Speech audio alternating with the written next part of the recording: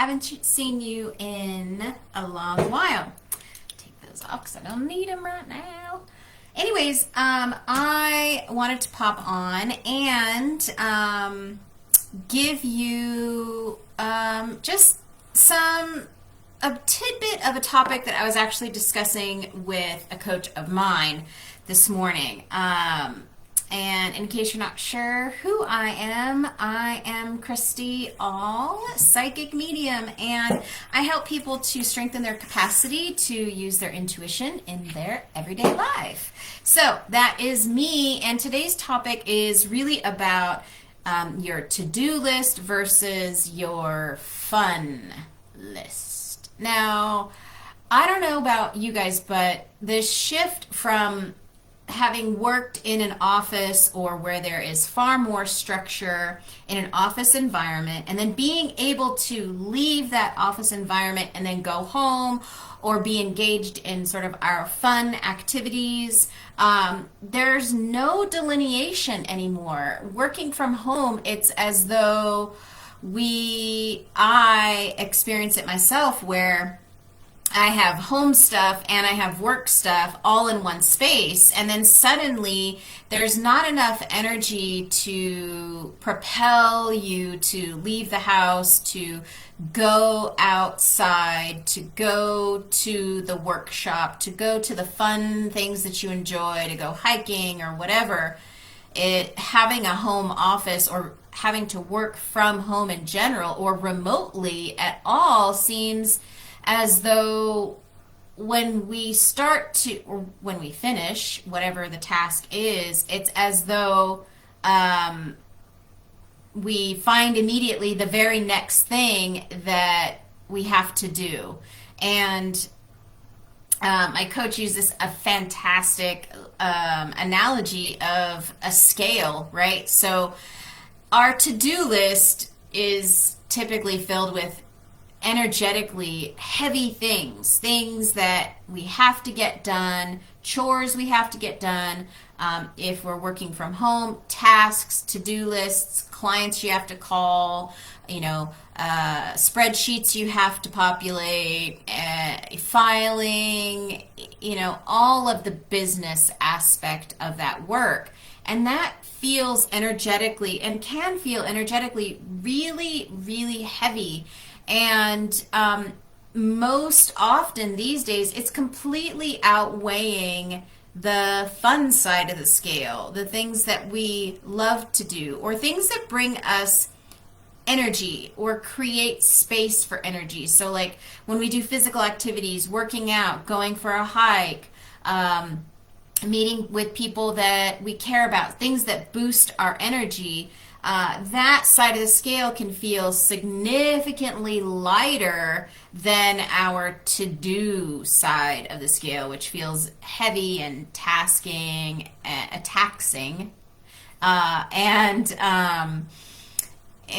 can feel like a challenge to just sort of get out of that office mode.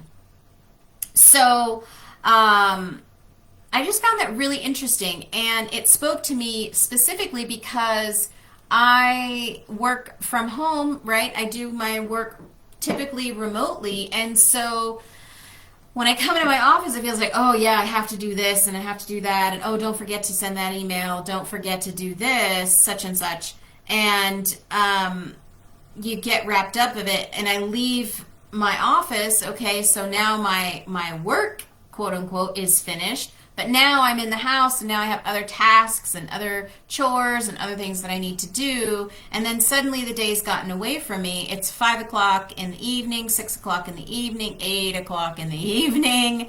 And then there's like, where'd the fun go? We sort of forgotten about how to have fun. So here is what came out of that conversation for me, is that my ability to delineate between when is my work time and when is my playtime, having that very specific separation between the two is vital at this point. I don't know about you guys, but I've sort of felt a little bit, the last couple of days, my energy is sort of dipping down. I feel a little bit depleted. I feel a little bit less motivated to even do the things that I really enjoy. And so by creating a specific separation between work and play, or to-do list and fun stuff, creating that separation is going to help kind of get you out of that energetic slump. And so how do we do that? Well, I find the easiest way for me is to literally like book in break time. So book in, okay, I'm going to spend 8 o'clock to 11:30. I'm going to just hit my to-do list hard, hit the ground running, get all the things done. But then come 11:30, I'm taking a break. Period. End of discussion. I'm not answering my phone. I leave my phone in the house or in a separate area. Then I have my break. If I take a lunch break, then to 12:30. Take that break. Create that separation. Don't eat at your desk. Oh my goodness, right? Because then you're not really creating a separation, kind of that breather moment we all need, right? We need the breather. So schedule in your breaks just like you would schedule in your Zoom calls, or you would schedule in your conference calls for work. And then be refreshed. Drink a nice glass of tea or a water or something that's refreshing. Get up from your desk. Go outside. Be in the sunshine, or just be outside. And take the time for yourself. That is really going to set your energy in motion to have you be able to create, or not create, but to complete the rest of that to-do list in the afternoon and the evening, and then schedule in, book in free time. You finish work, create a I'm off from work. Now, it's very different when you're working for someone else versus if you're an entrepreneur. Obviously, if you're an entrepreneur, you make your own schedule, you work for yourself. So I feel like this can be more of a challenge for entrepreneurs because you create your own schedule, and so you're like, oh, I have to get this thing done, but then you don't like book in the time, like, okay, I'm off the virtual clock.